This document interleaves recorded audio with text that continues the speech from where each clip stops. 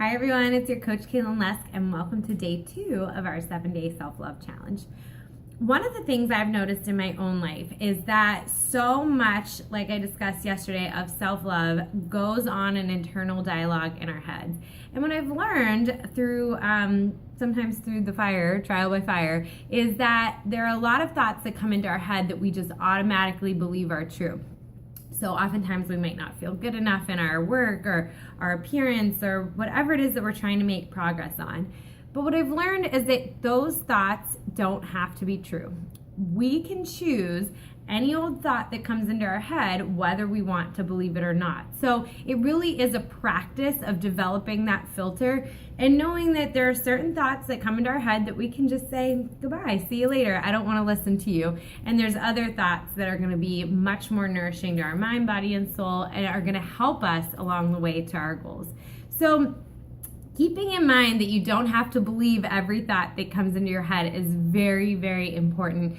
And I think the first step of this is just to become aware of the chatter that's going on in your head all day long.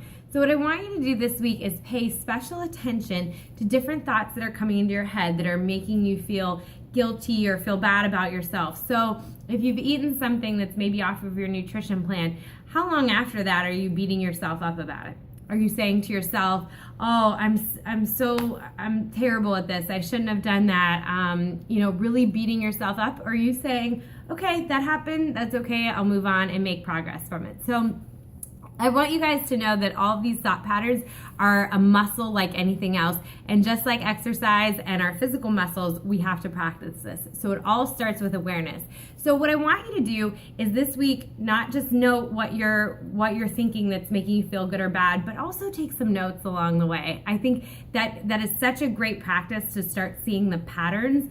So I'll give you an example. For myself, if I start to experience thoughts of financial lack, if I'm starting to worry about my job or different things about money, it's almost never really about money. For me, it usually can be triggered from some sort of emotional stress with my family or with relationships or anything like that. So I've learned that whenever I start to think about money in a sort of a lack-based way that isn't normal for me, I take a step back and look at what else might really be making me feel overwhelmed. So it's important this week in our journey to more loving thoughts and loving care for ourselves that we first start by paying attention to what that internal dialogue is on a day-to-day basis.